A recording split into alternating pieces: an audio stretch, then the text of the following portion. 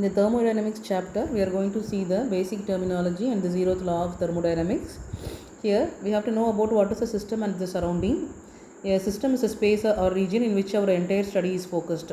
For example, a cylinder with a gas filled and a piston at the top of it. Normally, we will be using this as an example for the thermodynamics related topics. And here, what is a system? A region in space in which our entire study is focused, that is said to be a system. A system can be changed based on our priority. And here they have shown a system as an example. They have shown a 4-cylinder 4-stroke engine. So this can be taken as an example for a system, and the surrounding is nothing but the outer components of the system is said to be surrounding. So here the air will be surrounded here. Suppose if this is placed inside the part of the car engine, then that area surrounding this system will be called as a surrounding. Here we can see here a 4-stroke engine, where the 4 strokes are apply the pressure, and they convert the heat energy into the work done here. Okay, now what is the surrounding? Everything other than the system that is surrounded by the system is said to be the surrounding. And what is a boundary? It is a separating medium which distinguishes the system and the surrounding. Boundary which separates the both, it is said to be the boundary. And the features of boundary: the boundary can be fixed or it can be movable. Okay, so here it is a closed container, it is fixed, and here air is locked inside a balloon, it is movable. Both are said to be a system. It can be real or imaginary. Anyway, it is said to be a system. Okay, so boundary is always considered of negligible thickness. We need not make any measurements for this boundary. It is just a separation. Therefore, its thickness is taken to be 0. Then they have given an example of universe. It's a combination of system, surroundings, and boundary. And types of system, can take 3 types of system. It can be, the system can be a closed system or an open system. Otherwise, can be an isolated system. We can see each and every of these with examples. So for a closed system, the example given here is a pressure cooker without whistling.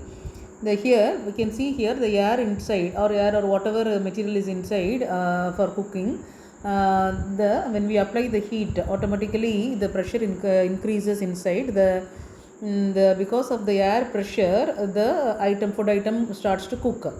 Okay, so we can see here there is no volume changes taking place. The cooker is going to be solid. It is not going to change any volume here, and hence it is considered as a closed system example. An open system example, a cup of coffee where a heat transfer is taking place from the coffee to the air, the surrounding. This is said to be an example for an open system. And an isolated system where it does not absorb any heat from the surrounding, or it does not let any heat to pass from the system to the surrounding. Nothing, this both vice versa is not possible. Heat energy transfer from between the system and surrounding is not possible. It does not allows it. Such a system is said to be an isolated system. A thermoflask is an example for this isolated system. What are the properties you are going to study for this system?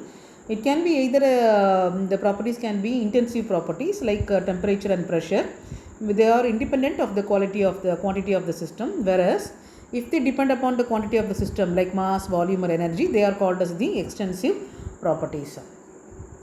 So they have given an example of intensive properties where temperature is independent of the quantity, so it is an intensive property here.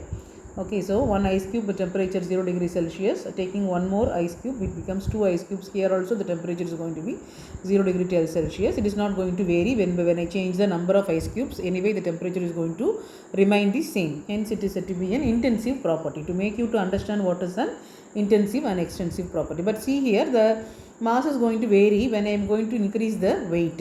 So when I tell one wood log, it is going to be 5 kilograms. When I add one or more wooden logs to this number, when I add the number, what happens here? The weight is going to increase, mass is going to increase. So mass is an extensive property. Okay, so again to come back and see, temperature and pressure, they are said to be intensive properties where they are independent of the quantity of the system, whereas mass, volume, and energy are quantities which they are depends upon the quantity of the system. Hence, they are said to be extensive properties. Okay, okay children, thank you.